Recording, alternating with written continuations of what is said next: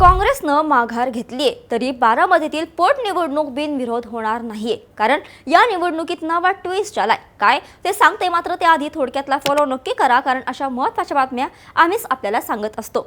राज्याचं लक्ष लागलेल्या बारामती विधानसभा पोटनिवडणुकीत मोठा ड्रामा पाहायला मिळाला. काँग्रेसचे प्रदेशाध्यक्ष हर्षवर्धन सपकाळ यांनी काँग्रेसने आपला उमेदवारी अर्ज मागे घेतल्याची अधिकृत घोषणा केली. उपमुख्यमंत्री सुनेत्रा पवार यांची विनंती, रोहित पवारांची भेट आणि शरद पवारांच्या सूचनेनंतर काँग्रेसने हा नम्रतापूर्वक निर्णय घेतला. यावेळी सपकाळ यांनी पार्थ पवारांच्या वक्तव्यावरून त्यांचे कान टोचायलाही विसरले नाहीत. मात्र काँग्रेसने माघार घेतली असली तरी निवडणूक बिनविरोध झालेली नाही. अर्ज मागे घेण्याच्या शेवटच्या दिवशी 53 पैकी 30 उमेदवारांनी माघार घेतली, पण तरीही अजून 23 उमेदवार रिंगणात कायम आहेत. यात सर्वात मोठी चर्चा आहे ती म्हणजे big boss fame Abhijit Bichukale आणि करुणा मुंडे शर्मा यांची. अर्ज मागे घेण्याच्या शेवटच्या दिवशी हे दोघे बारामतीत फिरकलेच नाहीत, त्यामुळे त्यांचे अर्ज आता कायम राहिले आहेत.